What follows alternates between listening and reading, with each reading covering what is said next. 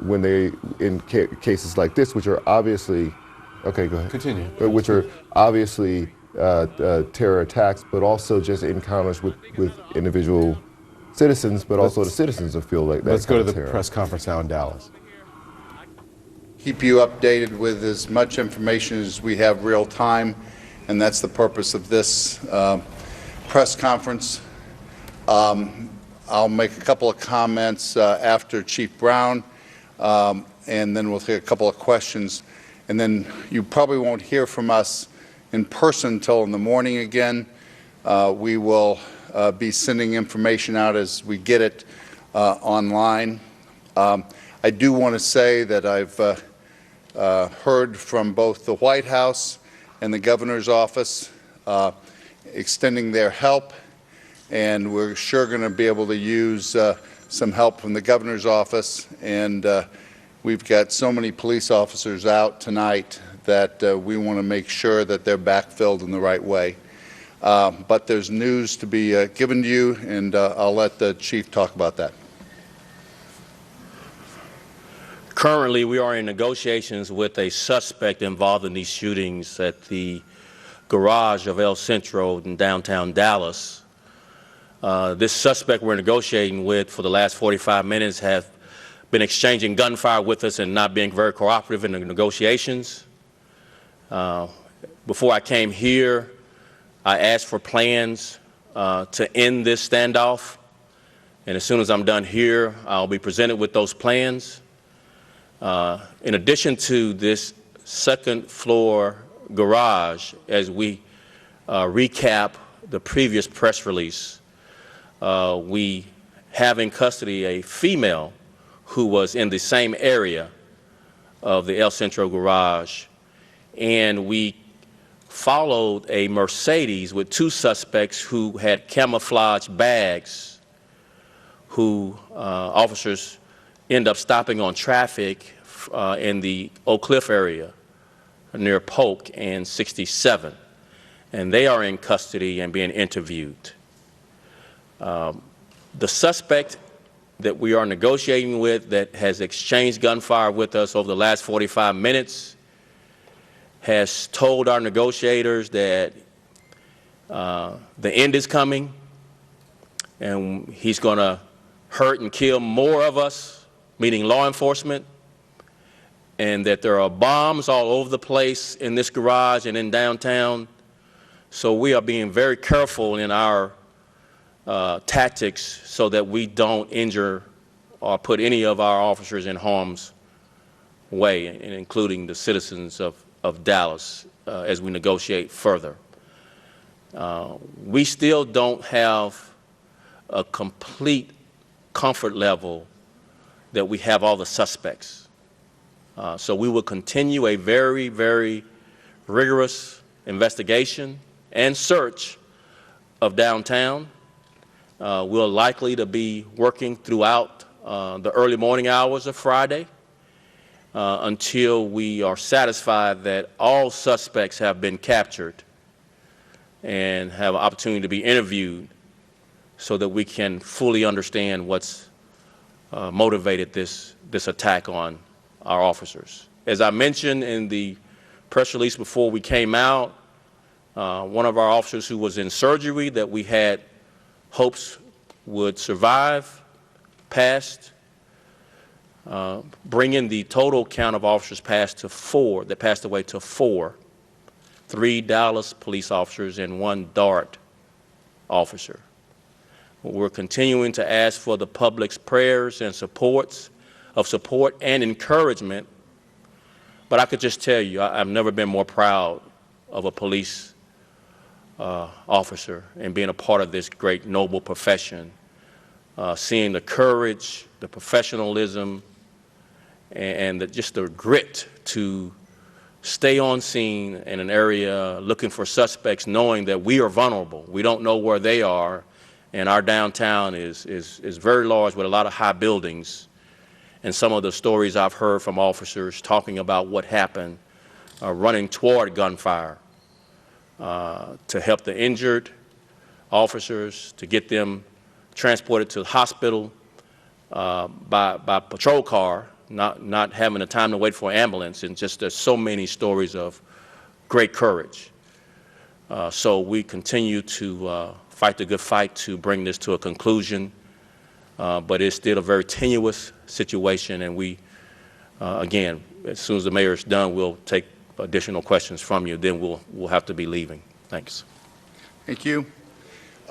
Concerning what is going to happen tomorrow morning, this is still an active crime scene, and we are determining right now how big that crime scene is. There are many people that work in the downtown area. We ask them to stay away from that crime scene. Now, how are you going to know where it is? We're going to post it on DallasCityNews.net. And you can check with your buildings that you work in and make sure that those buildings are open. We've got to support our police force and do their job to make sure we get to the bottom and the root cause of all of this. So please make it easy for the police force and other citizens to check your traffic routes in the morning before you come in. I want to add that it is a heartbreaking morning to lose these 4 officers that proudly served our citizens. To say that our police officers put their life on the line every day is no hyperbole, ladies and gentlemen. It's a reality.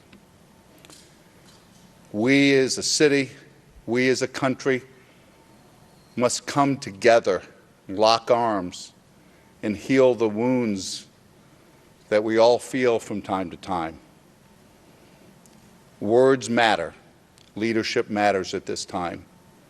I'm proud of our chief. With that, we'll take questions. Is this someone local? What brought this person to Dallas? At this point, we don't have a lot of cooperation to find those answers, but we will be continuing our interrogation of the people we have in custody. We just are not getting the cooperation we'd like to know that answer of why, the motivation, who they are. But our detectives are diligently interviewing and interrogating these people, and we'll find that out and share it with you as soon as we have it. So, Chief, fair to say that you're talking about 4 people, 1 in the garage, 2 in the car, and the other woman was in the garage. You believe they were all working together at this point? That's our assumption now, and working together with rifles, triangulated at elevated positions in different points in the downtown area where the march ended up going, the route of the march. And so there had to be some speculation from us that there's some knowledge of the route where you'd be, because how would you know to post up there? And so we're leaving every motive on the table of how this happened and why it happened, but we're waiting for the suspects to break and let us know what they're doing. But it's clear you have a lot of resources at your disposal. Were these people on anyone's radar? You had your FBI here, I know. You have a lot of other agencies. We were monitoring social media, and we had attended many of the planning meetings for the protest group, and we have yet to determine whether or not there was some complicity with the planning of this, but we'll be pursuing that. And that takes me to my next question. Do you know if they were a part of the rally or were posted up in that garage the whole time? That's yet to be determined. Yes. Last question. This week there was a person that was on Facebook making threats and advocating the shooting of Dallas police officers. Did you guys take a look at that, and is that person involved in any way? Yet to be determined. There's a lot of things on social media that get posted that we monitor and follow up on. Whether or not there's a connection to that post with any of these suspects, we have yet to determine that, but we'll be pursuing any of that to a connection that we can prove and charge a person with. The chief and I have some business. He's got to make some tough calls, and he and I are going to be going to the hospitals right now, and it's important for us to do that. Thank you very much. Thank you. Our sympathies, Chief. Thank you. Okay, that was a police news conference just being wrapped up just a short time ago with the police chief David Brown and also with Mayor Mike Rawlings giving us some new information. Also the mayor being very emotional. Let me just give you the readout of what happened here. What they're saying is that they are still now trying to engaging with a suspect who is in a garage there, and he is still shooting with them. So there is a standoff. They say he is in a second story, a two-story garage, still in a standoff with police. They're still shooting. There's been gunfire exchanged. They're also telling us that they have 3 people in custody. One of them is a female. The other 2 people came from the car we saw on the interstate just earlier, where there was where we saw all of the police cars, flashing lights, what have you, on the interstate, and there was somewhat of a chase. According to the mayor and to the police chief there, the suspects are not cooperating. They said they don't know who the person is in the garage. They're not giving up any information. They're not being very cooperative. They're also saying that the person in the garage saying the end is coming. They're going to hurt more of us, meaning hurt more police officers, law enforcement officers. Said that there were bombs that were placed all over the place. They don't know where the bombs are being placed. They said that basically almost the entire downtown is an active crime scene, and they don't know how big the scene is, and they don't know who is going to be able to get to their place of business tomorrow, their work tomorrow. And if they want to find out, they need to go to DallasCityNews.net to find out if you can even get to your job tomorrow. The mayor said in a very, very poignant moment during the press conference, with his voice cracking, that his heart was a heartbreaking morning for Dallas. He said, it is not just hyperbole to say that officers put their lives on the line every day. It is a reality.